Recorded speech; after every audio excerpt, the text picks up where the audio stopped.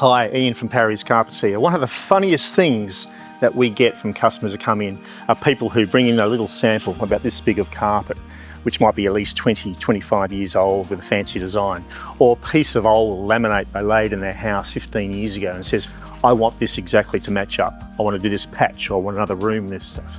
And we go, okay, we'll do our best, but we cannot guarantee matching the colour or exactly the same carpet. I go a different way. I usually say to customers, why do you want to match? Why can't you have your bathroom different than your kitchen, different than your main bedroom, different than your lounge room? They all have their own personalities, just like we have different personalities in the families.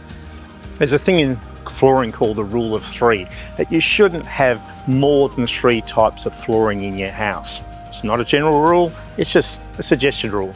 1, tiles, for example. Tiles in your bathrooms, your laundries, your toilets.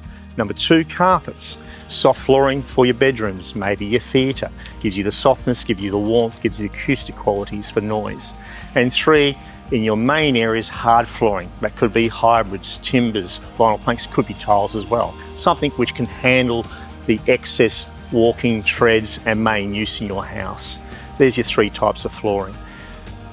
With those 3 types of flooring, doesn't say you can't have different coloured tiles in your bathroom versus your laundry, or different colour carpets or styles of carpets in different bedrooms. Everybody has different personalities. Little Johnny might be different to little Mary. She wants some softer colours versus Johnny wants some darker colours in his rooms. You can do that, reflect their personalities. They don't have to be the same. So enjoy being yourself. Enjoy having personalities in the house, enjoy different flavours throughout your house. One thing you avoid, don't put carpet in your toilet or your kitchen. That's going a little bit too far.